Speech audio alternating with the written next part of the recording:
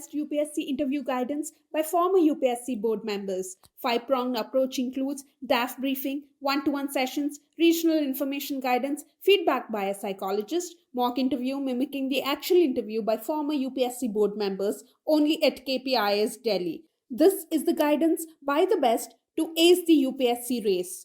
WhatsApp your DAF to 9133957733 now. Hello everybody, welcome to KPIS Delhi's C.A.R.E initiative, Current Affairs through Reverse Engineering. These are the articles that we'll be seeing today. Let us look into the first article for the day. Samarth Mission. So we are talking about year-end review of Ministry of Textiles. Alright. So what is the Samarth Mission? Samarth Mission is the scheme for capacity building in textile sector. Alright, it was launched in the year 2017, and what is the primary objective of the scheme? It is to ensure a continuous supply of skilled workforce in the labor-intensive textile sector in India. Okay, and it is targeting to develop the skills of 10 lakh youth in the organized sector of the entire textile value chain, excluding spinning and weaving. Alright, so this will become very important for prelims, okay, including, he'll give the entire statement and at the end he will say including spinning and weaving. So it is wrong. Alright, some of the major objectives include that implementing demand-driven placement-oriented skill programs aligned with National Skill Qualification Framework. And it also wants to foster self-employment among youth to reduce dependence and unemployment rates. Alright, so these are some important objectives. Of course, these are also important, but these are only secondary, the remaining one. Aiding in job creation, improving youth training, promoting skill development, ensuring sustainable livelihood opportunities. These are all generic ones, but the specific ones are fostering self-employment and implementing demand-driven placement-oriented skill programs. Alright? Consider the following statements about Samarth Scheme. Samarth Scheme is the flagship skill development initiative of Ministry of Textiles, yes, launched as a continuation of the integrated skill development scheme under 12th 5-year plan. Yes, this is true. Alright, when that is true, B is gone. Also known as the scheme for capacity building in the textile sector. That's what we have seen. I told you in the definition part, right? What is Samarth scheme? It is a scheme for capacity building in the textile sector. Alright, it was introduced in the year 2017, yes, with the aim of training and placing untrained labor force of 10 lakh in various industries within textile sector.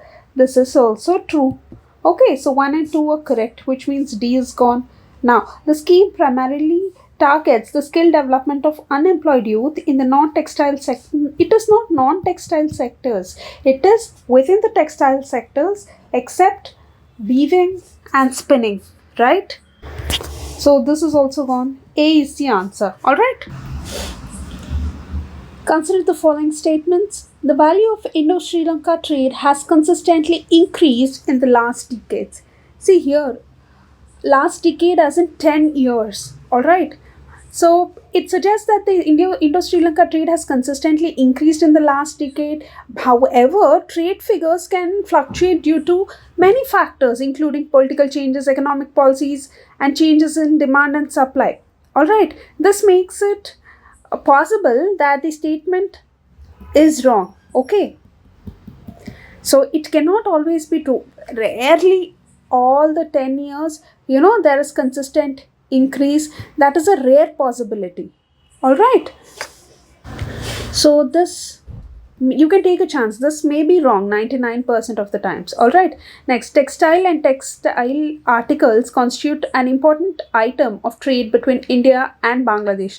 Very much, right? Especially in jute textiles, jute bags, they're very, very, very famous, right?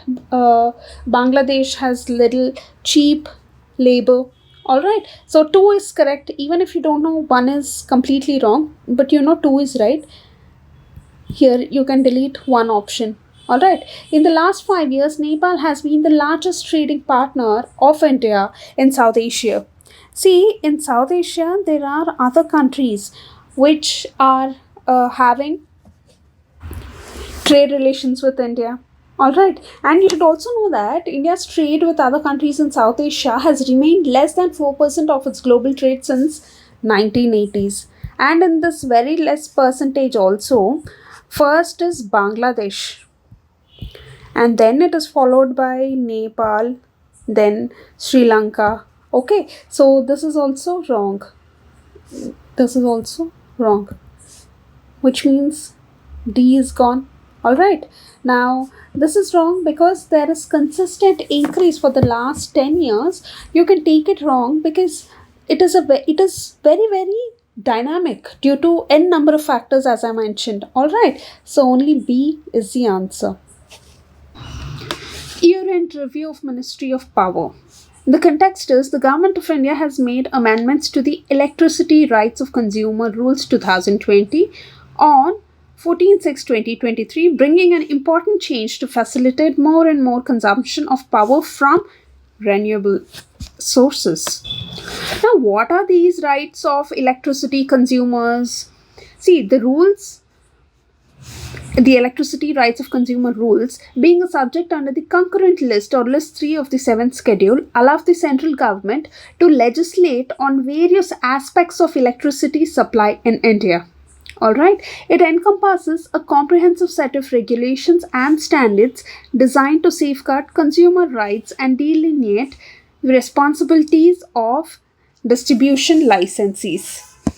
Now, what rights are they referring to? What rights are they referring to? See, we have, as consumers of electricity, we have certain rights, and those are mentioned and protected via these rules, the Electricity Rights of Consumer Rules. The first right is this that these rules provide is that the consumers must receive a standard level of service, okay, and that the licensees are responsible for providing electricity upon request. This is the first right that we have. All right, and new connections and modifications establishes a clear, timely, and straightforward process for acquiring new electrical connections and modifying existing ones, with an emphasis on online applications and specific time frames for service in metro, municipal, and rural areas. Next is about metering, and also you should know that there is a clause for call center for consumer services. It mandates a centralized 24/7 toll-free call center and a unified customer relation manager system for all the services. Okay, isn't it cool that you don't have electricity issues? Okay, because of this call center and customer relation manager. And then there is also grievance redressal mechanism. All right, and the deadline for resolving any grievance relating to electricity is 45 days. All right, so these are some highlights. Consider the following statements regarding the Electricity Rights of Consumer Rules 2020. Under these rules, it is the duty of every distribution licensee to supply electricity upon request by an owner or occupier of any premises in accordance with the provisions of the Act. This is true, right? The first right which we've seen, this is correct. The rules entitle consumers to have minimum standards of service for the supply of electricity from the distribution licensee. This is also correct, right? We have just seen. So both the statements are right. Consider the following statements. The draft electricity bill of 2001 seeks to replace these. I mean, it sought to replace. It was back in 2001, right? So A, B, and C. And yesterday in the C.A.R.E video, we discussed about Model Prisons Act of 2023, right? It aims to replace what all acts that can be a potential question. Okay, you can actually draw inference from previous year questions, right? So, Prisons Act of 1894, Prisons Act of 1900, and Transfer of Prisons Act of 1950 are being replaced by the Prisons Act of 2023. Alright, so please remember this for this year prelims. Alright. India UAE joint military exercise Desert Cyclone commences in Rajasthan. What is the context? The UAE Land Forces contingent comprising 45 personnel arrived in India to participate in the first edition of the India UAE joint military exercise Desert Cyclone. Alright, it is in Mahajan, Rajasthan, India. And who are the participants? India and UAE. What are the objectives of exercise? To enhance interoperability in sub-conventional operations and to focus on fighting in build-up area, tactics in desert and semi-desert terrains. Alright, and it is aligned with Chapter 7 of the United Nations Charter on Peacekeeping Operations. See, for prelims, the countries that are involved and name of the exercise is very important. For example, Australia and India have exercise like Austra Hind, Ausindex. Okay, this is by Navy, this is by Army. Alright, and we also have with Bangladesh INBN, COR, PAT. Alright, so please make a list of all the exercises and the countries involved. You can get it from PIB too. Alright, now consider the following statements about joint military exercise Desert Cyclone. Desert Cyclone is a joint military exercise conducted in Mahajan, Rajasthan, India. Yes, this is correct. Which means B is gone, D is gone. The exercise sees the participation of the armed forces of India and the United States, not United States. You will read till here and you will assume the next part and you will mark it right because it is United Arab Emirates. And in that euphoria of marking the question, and because you've known the first statement, in that euphoria, you will read only half of the sentence. Please do not do that mistake, alright? So, it is not United States, it is United Arab Emirates. Only A is correct, alright? Hand in hand, a joint anti-terrorism military training was held by the officers of the Indian Army and officers of Army of which one of the following countries? It is China.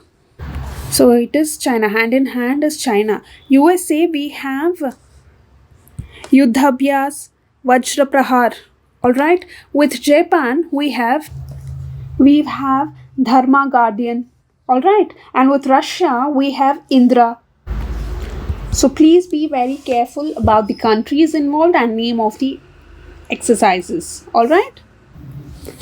Now, places and news. Makunudo Atoll. Makunudo is an island in the Maldives that is part of the Mamakunudo Atoll in the north of the country. It is the westernmost inhabited island in the Maldives. Alright. See, this is the map of Maldives and here you will find Mamakunudo Atoll. Alright. Which of the following statements is correct about Makunudo Atoll? Makunudo is an uninhabited island in the southern Maldives and part of Lamu Atoll. No, it is inhabited, right? So this is wrong. Makunudo is an island in the Maldives located in Adu Atoll. No, it is not Adu Atoll, right? Makunudo is an island in the Maldives, part of Mamakunudo Atoll, and is the westernmost inhabited island in the country. This is correct. Alright. Now, which one of the following is not a lagoon? Now, you should know what is the definition of lagoon to actually mark. Alright. A lagoon is a shallow area of salt or brackish coastal water completely or partially separated by open sea, by some obstacle such as low sandbank or anything of such sort. Okay. Now, Chilika Lake is in Odisha. Alright, we all know that it is a lagoon. Now you should know that Loktak Lake is the answer. Why Loktak Lake is the answer?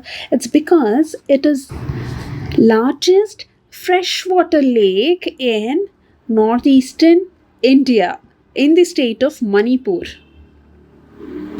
Okay, and it is also known as the only place which houses floating national park in the world, that is Kibul National Park. All right, so C is the answer.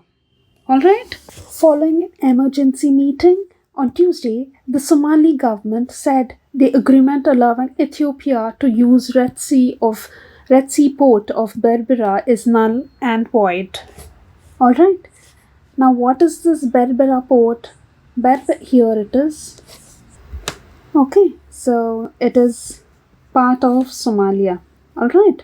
Now, the Berbera port, known locally as the Keda Berbera in Somali, serves as the primary seaport for Berbera, recognized as the commercial heart of Somaliland. All right, this port is distinguished as a major class port. The ongoing expansion efforts at the port of Berbera are set to significantly enhance its capacity. Now, you should also know another point, that there's something called Horn of Africa. What countries constitute Horn of Africa? See, Horn of Africa is in this part of Africa where it is shaped like this. Okay, so it is Somalia. Then you have Djibouti. Okay, Djibouti. And here you have Ethiopia. And here you have Eritrea. Okay, so there are 4 countries which form Horn of Africa. What are those? One is Somalia, the other one is Djibouti, the other one is Ethiopia, and the other one is Eritrea. All right, so you have to remember these 4. All right. Now, which of the following statements correctly describes the Berbera port? It is primary seaport for Mogadishu, the capital of Somalia. No, it is the primary seaport for Berbera. So this is wrong. Berbera port, also known as the Keda Berbera in Somali, is the primary seaport for Berbera, the commercial heart of Somaliland. This is correct. This is the description that we've also seen, right?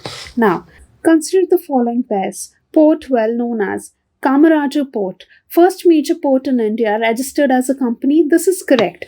And you should also know that Kamaraju Port was previously known as Ennore Port. And when it was Ennore Port only, Ennore Port Limited,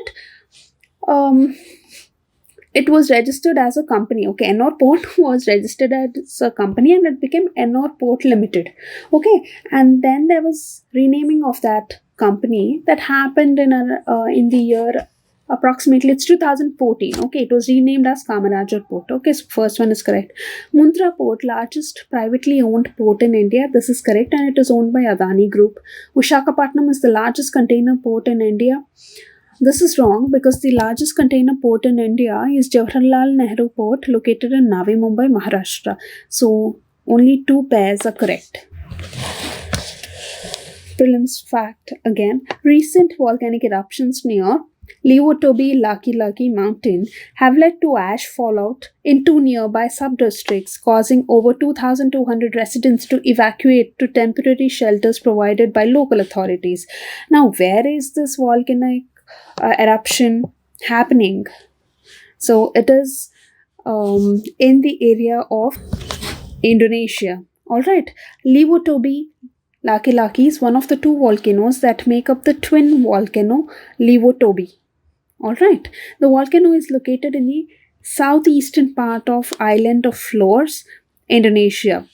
Levotobi is 1703 meters tall and is located in the Lesser Sunda Islands. In September 2014, the mountain was dormant. That means as of September 2014, the mountain was dormant. Okay, consider the following statements about Levotobi Laki volcano. Levotobi Laki is one of the 2 volcanoes that comprise the twin volcano Levotobi. Okay, this is correct. Right? So C is gone. Now 3 is common to all the options. That means 3 is correct. You don't need to read. It is located in the southeastern part of island of Java, Indonesia. It is not the island of Java, it is the island of Flores. Okay, so A is gone. When 2 is wrong, A is gone, right? Now 4. As of September 2014, the volcano was active. No, it was dormant. Alright, so B is the answer. Now, consider the following statements. The Barren Island volcano is an active volcano located in the Indian territory. Yes, this is correct. When this is correct, B is gone, C is gone. Okay, which means 2 is wrong because there's no 2 no here. Okay, the last time the Barren Island volcano erupted was in the year 1991 and it has remained inactive since then. This is also wrong because the context of giving this question was that in the year 2017 there was a volcanic eruption that happened in this Barren Island.